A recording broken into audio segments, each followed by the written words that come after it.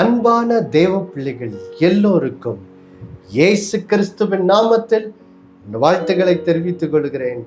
பிதாவாகிய தேவனாலும் நம்முடைய கர்த்தராகிய இயேசு கிறிஸ்துவினாலும் உங்கள் எல்லோரோட வாழ்விலும் கிருபையும் சமாதானமும் உண்டாவதாக என்று சொல்லி உங்களை வாழ்த்துவதிலே நான் மீண்டும் மகிழ்ச்சி அடைகிறேன். தேவ பிள்ளைகளே, நாம் கடந்த 3 வாரங்களாக இயேசு சிலுவையிலே நம்முடைய பாவங்களுக்காக எப்படி அவர் அடிக்கப்பட்டு நொறுக்கப்பட்டார், நமக்கு சமாதானத்தை உண்டு பண்ணும் தண்டனையை இயேசு எப்படி சிலுவையிலே அனுபவித்தார் என்ற அந்த காரியத்தை நாம் கடந்த 3 வாரங்களாக தியானித்து வருகிறோம். மறுபடியும் வாசிக்க கேட்கலாம். ஏசாயா 53ஆம் அதிகாரம் 4-5 வசனங்கள். மெய்யாகவே அவர் நம்முடைய பாடுகளை ஏற்றுக்கொண்டு நம்முடைய துக்கங்களை சுமந்தார். நாமோ அவர் தேவனால் அடிபட்டு வாதிக்கப்பட்டு சிறுமைப்பட்டவர் என்று எண்ணினோம். நம்முடைய மீறுதல்களின் நிமித்தம் அவர் காயப்பட்டு நம்முடைய அக்கிரமங்களின் நிமித்தம் அவர் நொறுக்கப்பட்டார். நமக்கு சமாதானத்தை உண்டு பண்ணும் ஆக்கினை அவர் மேல் வந்தது. அவருடைய தழும்புகளால் குணமாகிறோம். தேவ பிள்ளைகளே, நாம் கடந்த 3 வாரங்களாக இயேசு சிலுவையிலே எந்த அளவுக்கு பாடுபட்டார் நம்முடைய பாவங்களுக்காக என்ற சத்தியத்தை பார்க்கும்படி, இயேசு கெத்சமனை தோட்டத்திலே கைது செய்யப்பட்ட அந்த வேளையிலிருந்து இயேசு சிலுவையிலே தம்முடைய ஜீவனை விடும் அந்த நேரம் வரையிலும் அவர் அனுபவித்த பாடுகளை ஒவ்வொன்றாக என்ன செய்கிறோம், பார்த்து வருகிறோம். முதலாவதாக இயேசு கெத்சமனை தோட்டத்திலே பாருங்க, அவர் அந்த பஸ்கா பந்தி ராபோஜனத்தை அவங்க பாருங்க, பிறகு அவங்க கெத்சமனை தோட்டத்துக்கு இயேசு தம்முடைய சீஷர்களோடு வருகிறார். அங்கே இயேசு தாம் உலகத்தின் பாவத்தை சுமக்க போகிறார் என்ற அந்த காரியத்தை உணர்ந்தவுடன் மிகுந்த போராட்டத்தை அனுபவிக்கிறார். அவருடைய வேர்வை இரத்த துளிகளாக பாருங்க விழுகிறது. அவ்வளவு போராட்டம். அங்கே அவர் ஆரம்பித்த அந்த போராட்டம் தொடங்கி அது கிட்டத்தட்ட பார்த்தீங்கன்னா நடு ராத்திரி வேளை. கெத்செமனே தோட்டத்தில் கிட்டத்தட்ட பாருங்க இரவு 10லிருந்து ஒரு 1 மணிக்குள்ள அந்த நேர அளவில் இயேசு அங்கே பயங்கரமான போராட்டம். பின்பு ஒரு 1 மணிக்கு மேலே அந்த வெள்ளி அந்த பாருங்க அந்த இரவு 1 மணிக்கு மேலே இயேசுவை கைது செய்கிறார்கள். அது ஆரம்பித்து கிட்டத்தட்ட பார்த்தீங்கன்னா சூரியன் உதிக்கும் ஒரு 6 மணி வரைக்கும் இயேசு பாருங்க ஒவ்வொரு இடமா அலக்களிக்கப்பட்டு போர்ச்சேவர் கையில், அடுத்தது பிரதான ஆசாரியர் வேதபாரர் மூப்பர் கையில், மற்றும் ஏரோது அவனுடைய போர்ச்சேவர் கையில் மிகுதியாய அவர் பரியாசம் பண்ணப்பட்டு அவர்கள் இயேசுவையா பாருங்க அடித்து இப்படியாக இயேசு பயங்கர துன்பங்களை அனுபவித்தார். பின்பு பாருங்க சூரியன் உதித்த உடனே 6 மணிக்கு மேலே இப்போ பிலாத்து முன்னாடி வந்து அவர் நியாயத்திற்கும்படி வந்து நிற்கிறார். பிலாத்து எவ்வளவோ அவர் வந்து இயேசு விசாரித்த பிறகும் இந்த பிரதான ஆசாரியரும் மூப்பர்களும் யூத மத தலைவர்களும் சொன்ன இயேசு மேலே சொன்ன எல்லா குற்றச்சாட்டும் பொய்ன்னு பிலாத்து காண்கிறார். அவர் இயேசுவில் ஒரு குற்றமும் காணவில்லை அப்படிங்கிறத திரும்ப திரும்ப சொல்றாரு. ஆனா இந்த யூத மத தலைவர்கள் ஜனங்களை ஏவி விட்டு எல்லாரும் இயேசுவை சிலுவையில் அறையும், எங்களுக்கு பராபஸை விடுவியும் அப்படின்னு சொல்லி எல்லாரும் பயங்கரமா கூக்குரல் இட்டவுடன் பாருங்க கடைசியில பிலாத்து ஜனங்களை பிரியப்படுத்தும்படி கடைசியில இயேசுவை சிலுவையில் அறையும்படி என்ன செய்துறாரு, ஒப்பு கொடுத்துறாரு. அப்போ இப்போ கிட்டத்தட்ட பார்த்தீங்கன்னா காலை ஒரு 8 மணி நேரம் இருக்கும். இயேசு சிலுவையிலே காலை 9 மணிக்கு அவர் சிலுவையிலே அறையப்படுகிறார். அப்போ இப்போ பாருங்க, இயேசுவை பிலாத்து சிலுவையில் அறையும்படி ஒப்பு கொடுக்கும்போது பாருங்க, அங்கே ஒரு குறிப்பிட்ட துன்பத்தை இயேசு அனுபவிக்கிறார். அதை தான் நாம் இன்னைக்கு என்ன செய்ய போறோம், பார்க்க போகிறோம். வாசிக்கலாம். மார்க் 14ஆம் அதிகாரம் 15ஆம் அதிகாரம். மார்க் 15ஆம் அதிகாரம். இப்போ 15வது வசனத்தை நாம் வாசிக்க கேட்கலாம். மார்க் 15:15. அப்பொழுது பிலாத்து ஜனங்களை பிரியப்படுத்த மனதுள்ளவனாய் பரபாசை அவர்களுக்கு விடுதலையாக்கி இயேசுவையோ வாரினால் அடிப்பித்து சிலுவையில் அறையும்படி ஒப்பு கொடுத்தான். பாருங்க, இங்கே வேதம் சொல்லுகிறது, பிலாத்து இயேசுவை எதுக்கு ஒப்பு கொடுத்தாரா? வாரினால் அடிக்கப்பட்டு பின்பு சிலுவையில் அறையப்படும்படி ஒப்பு கொடுத்தான்னு சொல்லி இங்க என்ன செய்கிறோம், வாசிக்கிறோம். பாருங்க தேவ பிள்ளைகளே, இன்றைக்கு இந்த நிகழ்ச்சியில இயேசு வாரினால் அடிக்கப்பட்டு எப்படி பாடுபட்டார், பின்பு சிலுவையிலே அறையப்பட்டு எப்படி பாடுபட்டார் என்பதை நாம் ஆழமாக என்ன செய்ய போகிறோம், தியானிக்க போகிறோம். அதற்காக மறுபடியுமாக நாம் ஏசாயா 53ஆம் அதிகாரம் 5வது வசனத்துக்கு செல்வோம். பாருங்க, ஏசாயா 53ஆம் அதிகாரம் 5வது வசனத்துக்கு மறுபடியும் நாம் செல்வோம். நம்முடைய மீறுதல்களின் நிமித்தம் அவர் காயப்பட்டு நம்முடைய அக்கிரமங்களின் நிமித்தம் அவர் நொறுக்கப்பட்டார். நமக்கு சமாதானத்தை உண்டு பண்ணும் ஆக்கினை அவர் மேல் வந்தது, அவருடைய தழும்புகளால் குணமாகிறோம்.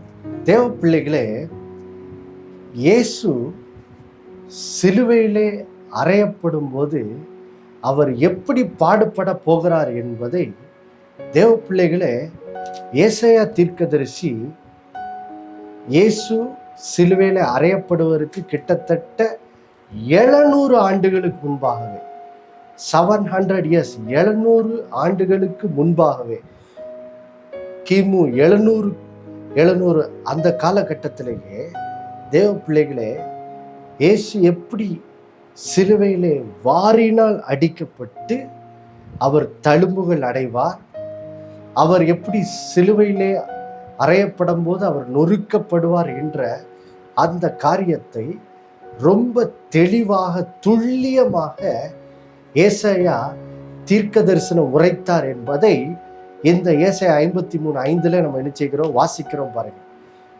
பாருங்க, ஏசாயா அவருடைய தழும்புகளால், அதாவது இங்கே அவர் எப்படி வாரினால் அடிக்கப்பட்டு தழும்புகள் அடைவார் என்பதை ஏசாயா தீர்க்கதரிசி என்ன செய்கிறார், பரிசுத்த ஆவியினால் தீர்க்க தரிசனமாக காண்கிறார். கண்டு அதை தீர்க்க தரிசனம் உரைக்கிறார். அவருடைய தழும்புகளால் நாம் குணமாகிறோம் என்று என்ன செய்கிறார், சொல்லுகிறார். பாருங்க, இப்போ இந்த ஏசாயா இப்படி தீர்க்க தரிசனம் உரைத்ததுல ஆச்சரியம் என்னவென்றால், ஏசாயா தீர்க்க தரிசனம் உரைத்த அவருடைய நாட்களில் பாருங்க, உலகத்துல இன்னும் இப்படி வாரினால் அடித்து பின்பு சிலுவையிலே அறையப்பட்டு ஒரு மனிதன் இப்படியாக தண்டிக்கப்படுகிற அந்த தண்டனை முறை பாருங்க, ஏசாயா நாட்கள்ல என்னது இன்னும் வரல. பாருங்க, வரல. கிட்டத்தட்ட ஏசாயா நாட்களிலிருந்து 700 ஆண்டுகளுக்கு பின்பு ரோமர்கள் உலகத்தை ஆட்சி செய்த அந்த நாட்கள்ல தான் இப்படி வாரியினால் அடித்து பின்பு சிலுவையிலே அறைந்து இப்படியாக மரண தண்டனை நிறைவேற்றப்படுகிற ஒரு முறை ரோமர்கள் காலத்துலதான் முழுமையா என்ன செய்தது, இந்த உலகத்துல வந்தது. பாருங்க, அப்போ யோசிச்சு பாருங்க, தன்னுடைய நாட்களிலே இல்லாத ஒரு காரியத்தை இப்படிதான் இயேசு பாடுபட்டு நமக்காக அவர் சிலுவையில மரிப்பார் என்பதை யோசிச்சு பாருங்க. ஏசாயா தீர்க்க தரிசனமா உரைக்கிறது. இதுவும் இன்னொரு சான்று, இயேசு கிறிஸ்துவே மெய்யான தேவன் என்பதற்கு இதுவும் ஒரு பெரிய எடுத்துக்காட்டாக என்ன செய்கிறது, இருக்கிறது. பாருங்க தேவ பிள்ளைகள், அப்போ பாருங்க தேவ பிள்ளைகளே, இப்போ இந்த வாரினால் அடிக்கப்பட்டு சிலுவையில இயேசு அறையப்பட்டாரு. இதை குறித்து உங்களுக்கு இன்னும் தெளிவாக இப்போ விவரமாய் சொல்லுகிறேன். பாருங்க தேவ பிள்ளைகளே, இந்த வாரினால் அடிக்கப்படுகிறது மற்றும் சிலுவையில் அறையப்பட்டு இப்படியாக பாருங்க, இயேசு வாழ்ந்த நாட்களில் சமுதாயத்திலே இருக்கிறதுலே பராபாசை போல மிக மோசமான பாவத்தை செய்த குற்றவாளிகளுக்கு பாருங்க, இப்படியாக அவர்கள் தண்டிக்கப்பட்டு அவர்கள் மரண தண்டனைக்கு என்ன செய்யப்பட்டார்கள், ஒப்புவிக்கப்பட்டார்கள். பாருங்க, மனித சரித்திரத்திலேயே மரண தண்டனை நிறைவேற்றப்பட்ட மிக மோசமான விதம் இந்த 2 தண்டனை தான். பாருங்க, வாரினால் அடிக்கப்படுறதும் சிலுவையில் அறையிறது தான். பாருங்க, இயேசுவின் நாட்களில் உள்ள ரோம தத்துவ ஞானிகள் கூட சொல்றாங்க, இந்த மற்றும் சரித்திர ஆசிரியர்கள்லாம் சொல்றாங்க, ஒரு மனிதன் தான் சிலுவையில் அறையப்பட போறான்னு தெரிஞ்சதுன்னா அவ்வளோதான். பாருங்க, அது கிட்டத்தட்ட அவங்க சொல்லுவாங்களா, நம்ம ஊரில் கொலை நடுங்கிறோம் அப்படிங்கிற மாதிரி மிகப்பெரிய மோசமான குற்றவாளி கூட பயந்து ஒன்றும் இல்லாமல் என்ன செய்திருவாங்க, அவங்க அப்படி நடுங்கி அப்படி பாருங்க, அவங்க அவ்வளோ பயத்தினால் பாருங்க அவங்க கட்டப்பட்டவர்களாக மாறிடுவாங்களாம். பாருங்க, ஏன்னா மனித சரித்திரத்திலேயே பாருங்கள் தேவ பிள்ளைகளே, ஒரு மோசமான குற்றவாளிக்கு ஒரு மரண தண்டனை நிறைவேற்றுவதற்காக கொடுக்கப்பட்ட மிகுந்த மோசமான தண்டனை மனித சரித்திரத்தில் இந்த வாரினால் அடிக்கப்படுறதும் இந்த சிலுவையில் அறையப்படுறதும் தான். பாருங்க, இந்த மிக மோசமான குற்றவாளிகளுக்கு பரபாசை போல ரொம்ப பாருங்க மிக பெரிய குற்றங்களை செய்த மோசமான குற்றவாளிகளுக்கு கொடுக்கப்படுகிற அந்த தண்டனையாகிய இந்த வாரினால் அடிக்கப்பட்டு சிலுவையில் அறையப்பட்டு இப்படியாக தண்டிக்கப்படுகிற இந்த மரண தண்டனை நிறைவேற்றப்படுகிற இந்த தண்டனையை தான் இயேசு சிலுவையிலே தன்மேல் என்ன செய்கிறார், ஏற்றுக்கொண்டார். தேவ பிள்ளைகளே, ஏற்றுக்கொண்டார். இதுல என்ன ஒரு விசேஷம், இயேசு ஒரு பாவம் கூட செய்யல. பிலாத்து தெளிவா சொல்ற, திரும்ப சொல்ற, இவரில் நான் ஒரு குற்றமும் காணவில்லைன்னு சொல்லி நியாயாதிபதியே என்ன செய்கிறாரு, சாட்சி கொடுத்துட்டாரு.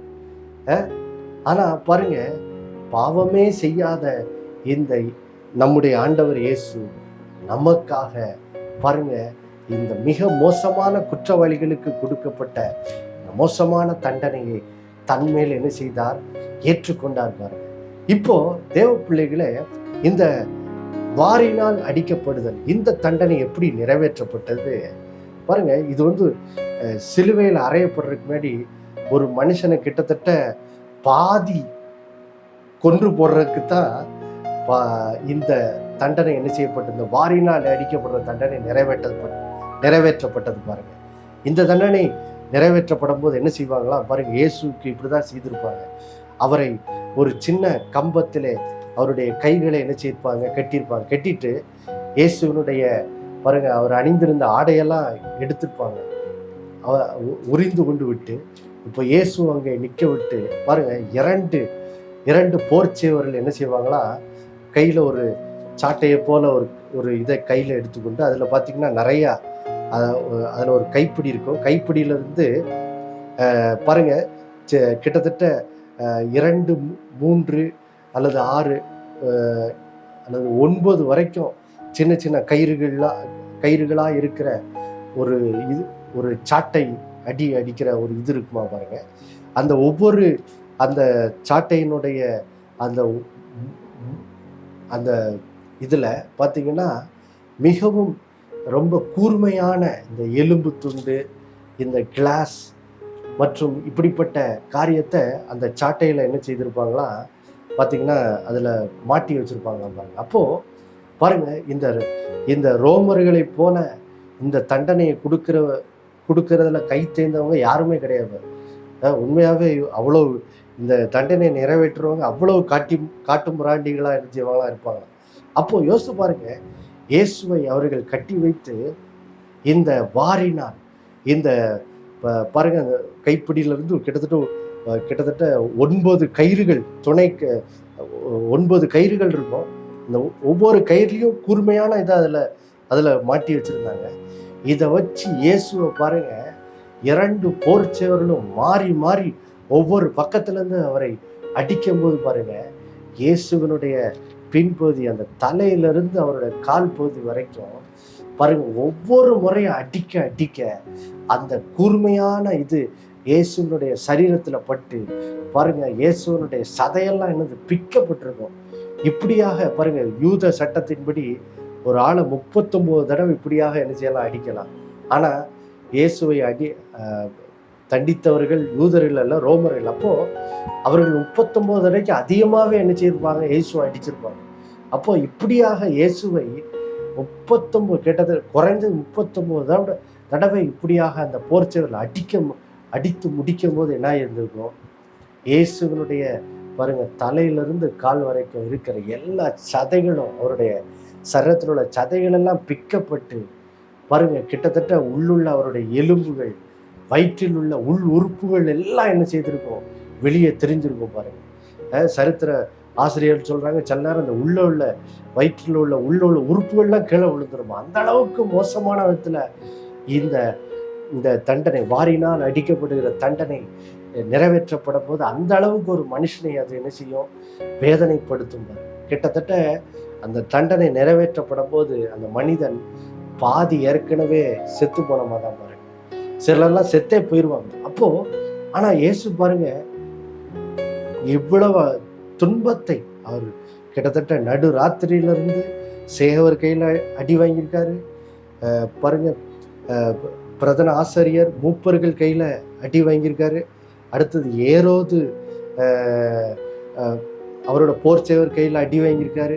அடுத்தது முடி சூட்டப்பட்டு 300க்கும் அதிகமான போர் சேவர்கள் ஏற்கனவே அவரை அடிச்சிருக்காங்க. இவ்வளவு அடிச்ச பிறகு இப்போ வாரினால் அவரை பாருங்க 39 தடவைக்கு அதிகமாக பாருங்க, அந்த கூர்மையான அந்த இது கட்டப்பட்டிருந்த அந்த கயிறுகள் நிறைந்த அந்த சாட்டையால அந்த அவரை அடித்த போது பாருங்க, இயேசுவனுடைய சரீரம் எல்லாம் மொத்தமாக பிக்கப்பட்டிருக்கும். பாருங்க, அதனாலதான் அது எதற்காக பிக்கப்பட்டதா, அதை தான் ஏசாயா 53:5 பின்பகுதியிலே நாம் வாசிக்கிறோம். மறுபடியும் வாசிக்க கேட்கலாம். நம்முடைய மீறுதல்களின் நிமித்தம் அவர் காயப்பட்டு, நம்முடைய அக்கிரமங்களின் நிமித்தம் அவர் நொறுக்கப்பட்டார். நமக்கு சமாதானத்தை உண்டு பண்ணும் ஆக்கினை அவர் மேல் வந்தது, அவருடைய தழும்புகளால் குணமாகிறோம். பாருங்க, ஏசாயா 53:5 பாருங்க, அன்றைக்கே ஏசாயா தீர்க்க தரிசனமாக உரைத்தார். எதற்காக இயேசு இப்படி தண்டிக்கப்பட்டாரா, அவருடைய தழும்புகளால் நாம் குணமாகிறோம், அவருடைய தழும்புகளால் நாம் குணமாகிறோம். தேவ பிள்ளைகளே பாருங்க, இயேசு இவ்வளவு அடிக்கப்பட்டதுனால என்னாச்சு, அவருடைய முகம் எப்படி இருந்திருக்கும்னு சொல்லி பாருங்க, இயேசு வாரினால் அடிக்கப்படுறதுக்கு 700 ஆண்டுகளுக்கு முன்பாகவே ஏசாயா அவ்வளவு துல்லியமா தீர்க்க தரிசனம், அந்த வாரினால் அடித்து முடித்த பிறகு இயேசு எப்படி இருந்திருப்பாருங்கிறத அவர் பாருங்க தீர்க்க தரிசனமா கண்டு சொல்றாரு. ஏசாயா 52:14 வசனத்தை வாசிக்க கேட்போம். மனுஷனை பார்க்கிலும் அவருடைய முகப்பார்வையும், மனுபுத்திரரை பார்க்கிலும் அவருடைய ரூபமும் இவ்வளவு அந்த கேடு அடைந்தபடியினாலே அவரை கண்ட அநேகர் பிரமிப்படைந்தார்கள். பாருங்கள் தேவ பிள்ளைகளே, சுவிசேஷ புஸ்தகங்கள்ல இயேசு சிலுவை பாடுகளை அனுபவித்த போது அவர் எப்படி இருந்தார், எந்த நிலையில அவர் இருந்தார் என்பதை அங்க சொல்லப்படாத ஒரு விவரம் இங்கே ஏசாயா தீர்க்க தரிசன புஸ்தகத்தில் என்ன செய்யப்படுது, சொல்லப்படுது. இயேசு நிஜத்தில் வாரினால் அடிக்கப்படுவதற்கு 700 ஆண்டுகளுக்கு முன்பாக இயேசு வாரினால் அடிக்கப்பட்ட பின்பு அவர் எப்படி இருந்தாருங்கிறத ஏசாயா துல்லியமா சொல்றாரு பாருங்க. மனுஷனை பார்க்கிலும் அவருடைய முகப்பார்வையும், மனுபுத்திரனை பார்க்கிலும் அவருடைய ரூபமும் இவ்வளவு அந்த கேடு என்ன செய்தான், அடைந்திருந்துதான். அதாவது இயேசு அந்த வாரினால் அடிக்கப்பட்ட பின்பு, அவர் முள்முடியெல்லாம் சூட்டப்பட்டு அவர் அடிக்கப்பட்ட பின்பு இப்ப அவரை பார்க்கும்போது இதா இயேசு, அடையாளமே தெரியலையே அப்படின்னு சொல்ற அளவுக்கு எல்லாம் அவருடைய சரீரமே அவ்வளவு அந்த கேடு அடைந்து உருக்குலைந்து விட்டது. பாருங்க, இயேசுவை பார்த்தா அடையாளமே தெரியல, அந்த அளவுக்கு அவர் அடிக்கப்பட்டார். பாருங்க, அந்த அளவுக்கு அவர் அடிக்கப்பட்டார். எதற்காக? யோசித்து பாருங்க, இன்றைக்கு எத்தனை பேர் உலகத்துல எவ்வளோ விதமான வியாதிகளால் கஷ்டப்படுறாங்க.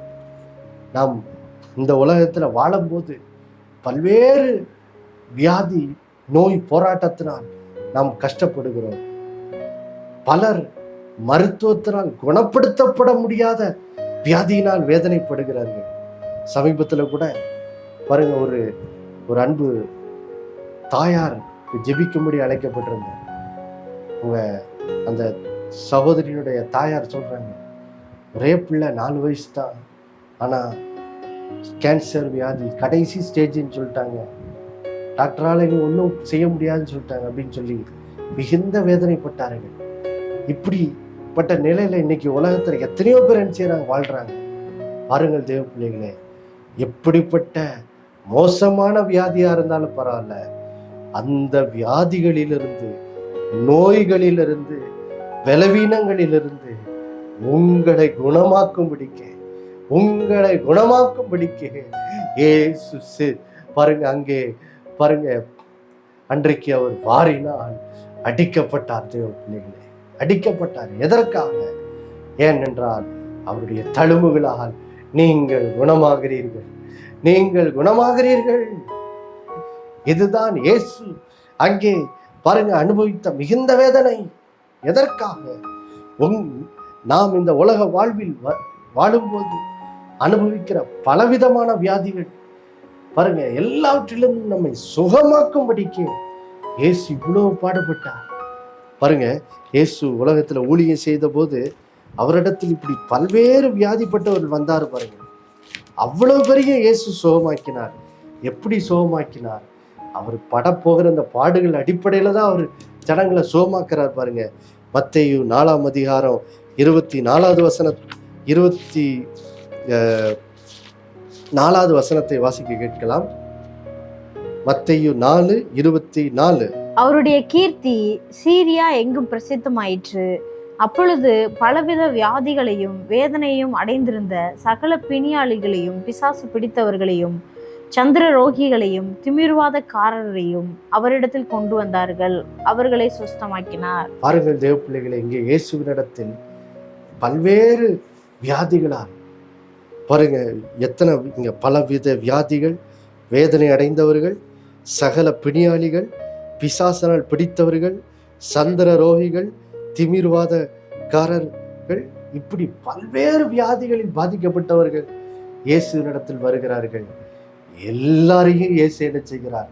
சொஸ்தமாக்குகிறார். எல்லாரையும் சொஸ்தமாக்குகிறார். எதன் அடிப்படையில்? இங்க மத்தேயுவிலேயே பாருங்க, இங்க மத்தேயு சொல்றாரு பாருங்க, ஏசாயாவிலே அந்த 53ஆம் அதிகாரத்துல சொல்லப்பட்ட அந்த தீர்க்க தரிசன வார்த்தையை மேற்கோள் காட்டி இது நிறைவேறும்படிதான் இயேசு இவ்வளவு பெரிய சொஸ்தமாக்கினான்னு சொல்றாரு பாருங்க. மத்தேயு 8ஆம் அதிகாரம் 16-17 வசனங்களை வாசிக்க கேட்போம். அஸ்தமனம் ஆனபோது பிசாசு பிடித்திருந்த அநேகரை அவரிடத்தில் கொண்டு வந்தார்கள். அவர் அந்த ஆவிகளை தமது வார்த்தையினாலே துரத்தி பிணியாளிகள் எல்லாரையும் சொஸ்தமாக்கினார்.